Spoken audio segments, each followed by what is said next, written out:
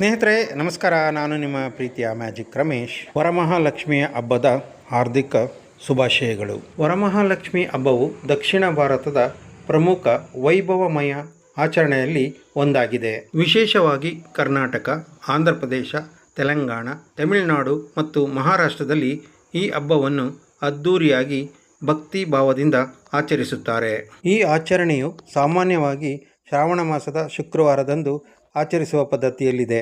ಸ್ವಲ್ಪ ಹಬ್ಬದ ಮಹತ್ವವನ್ನು ತಿಳಿದುಕೊಳ್ಳೋಣ. ವರಮಹಾಲಕ್ಷ್ಮಿ ಎಂದರೆ ವರ ನೀಡುವ ಮಹಾಲಕ್ಷ್ಮಿ. ಮಹಾಲಕ್ಷ್ಮಿಯನ್ನು ಪೂಜಿಸಿದರೆ ಐಶ್ವರ್ಯ, ಆರೋಗ್ಯ, ಸಂತಾನ ಮತ್ತು ಸುಖ ಸಮೃದ್ಧಿ ನೀಡುವ ಪೂಜೆಯಾಗಿದೆ.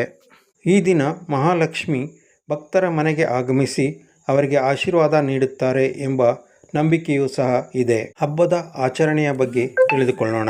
ಹಬ್ಬದ ಮುಂಚಿತವಾಗಿ ಮನೆಯನ್ನು ಚೆನ್ನಾಗಿ ಸ್ವಚ್ಛಗೊಳಿಸಿ ಅಲಂಕರಿಸುತ್ತಾರೆ. ದೇವರ ಮನೆಯಲ್ಲಿರುವ ಎಲ್ಲ ಫೋಟೋಗಳನ್ನು ಮತ್ತು ವಿಗ್ರಹಗಳನ್ನು ಹೊರತೆಗೆದು ಸ್ವಚ್ಛಗೊಳಿಸುತ್ತಾರೆ. ಬೆಳ್ಳಿಯ ಅಥವಾ ಹಿತ್ತಾಳೆಯ ಕಳಶವನ್ನು ನೀರು, ಹಸಿಮೆಣಸು, ಹಾಲು ಅಥವಾ ಅಕ್ಕಿಯಿಂದ ತುಂಬಿ ಅದರ ಮೇಲೆ ಎಲೆ ಹಾಸಿ ಹಾಗೂ ತೆಂಗಿನಕಾಯಿಯನ್ನು ಇಡಲಾಗುತ್ತದೆ. ಕಳಶದ ಮೇಲೆ ಲಕ್ಷ್ಮೀ ಮುಖವನ್ನು ಇಟ್ಟು ಅಲಂಕರಿಸುತ್ತಾರೆ. ವರಮಹಾಲಕ್ಷ್ಮಿಯನ್ನು ಹೂವು, ಹಣ್ಣು, ಪಾಯಸ, ಲಾಡು, ಸಿಹಿ ಪದಾರ್ಥಗಳಿಂದ ಅಲಂಕರಿಸಿ ಪೂಜಿಸುತ್ತಾರೆ. ವರಮಹಾಲಕ್ಷ್ಮಿ ಹಬ್ಬದ ದಿನದಂದು ಕಥೆಯನ್ನು ಪಠಿಸುವ ರೂಢಿಯಲ್ಲಿರುತ್ತದೆ. ಪೂಜೆ ಮುಗಿದ ಬಳಿಕ ಮಂಗಳಾರತಿ ಮಾಡಿ ಪ್ರಸಾದವನ್ನು ಹಂಚುತ್ತಾರೆ. ಈ ವರಮಹಾಲಕ್ಷ್ಮಿ ಹಬ್ಬವು ಹೆಣ್ಣು ಮಕ್ಕಳಿಗೆ ಅದ್ಧೂರಿಯಾಗಿ ನಡೆಸುವಂತಹ ಹಬ್ಬವಾಗಿದೆ. ಮಹಿಳೆಯರು ಕೈಗೆ ಹಳದಿ ಬಣ್ಣದ ಹತ್ತಿಯನ್ನು ಕಟ್ಟಿಕೊಂಡು ಪರಸ್ಪರ ಶುಭವಾಗಲಿ ಎಂದು ಆಶೀರ್ವದಿಸುತ್ತಾರೆ. ಹಬ್ಬದ ವಿಶೇಷತೆಗಳು. ಮಹಿಳೆಯರು ಮತ್ತು ಹೆಣ್ಣು ಮಕ್ಕಳು ಹಬ್ಬದ ದಿನದಂದು ಸಾಂಪ್ರದಾಯಿಕವಾಗಿ ಸೀರೆಯೊಂದಿಗೆ ಅಲಂಕಾರ ಮಾಡಿಕೊಂಡು ಪೂಜೆಯನ್ನು ಮಾಡುತ್ತಾರೆ. ಕುಟುಂಬದ ಕಲ್ಯಾಣಕ್ಕಾಗಿ, ಸಂತಾನದ ಆಶೀರ್ವಾದಕ್ಕಾಗಿ, ಧನ ಧಾನ್ಯಗಳಿಗಾಗಿ ವಿಶೇಷ ಪ್ರಾರ್ಥನೆ ಮಾಡುತ್ತಾರೆ. ಈ ಹಬ್ಬವು ಆರೈಕೆ ಮತ್ತು ಒಗ್ಗಟ್ಟಿನ ಸಂಕೇತ. ಕುಟುಂಬ ಸದಸ್ಯರು, ಬಂಧು ಬಳಗಗಳು ಸೇರಿ ಹರ್ಷೋದ್ಧಾರದಿಂದ ಆಚರಣೆ ಮಾಡುವ ವಿಶೇಷ ಹಬ್ಬವಾಗಿದೆ. ನಮ್ಮೂರಿನ ವಿವಿಧ ವಿಶೇಷ ಅದ್ಧೂರಿಯಾಗಿ ಅಲಂಕರಿಸಿ ಆಚರಿಸುವ ಈ ಹಬ್ಬವನ್ನು ನೋಡಲು ಎರಡು ಕಣ್ಣುಗಳು ಸಾಲುವುದಿಲ್ಲ. ಮನೆ ಮನೆ ವರಮಹಾಲಕ್ಷ್ಮಿ ದರ್ಶನವನ್ನು ಈಗ ನೋಡೋಣ ಬನ್ನಿ.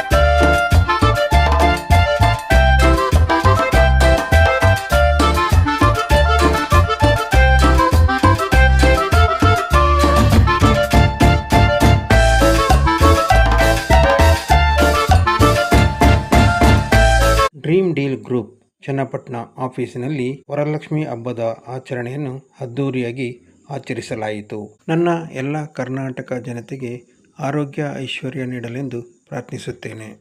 ಹಾಗಾದರೆ ತಡವೇಕೆ? ಒಂದು ಲೈಕ್ ಮಾಡಿ, ಶೇರ್ ಮಾಡಿ, ಸಬ್ಸ್ಕ್ರೈಬ್ ಮಾಡಿಕೊಳ್ಳಿ. ನನ್ನ ಮುಂದಿನ ಸಂಚಿಕೆಗಾಗಿ ಸ್ವಾಗತ.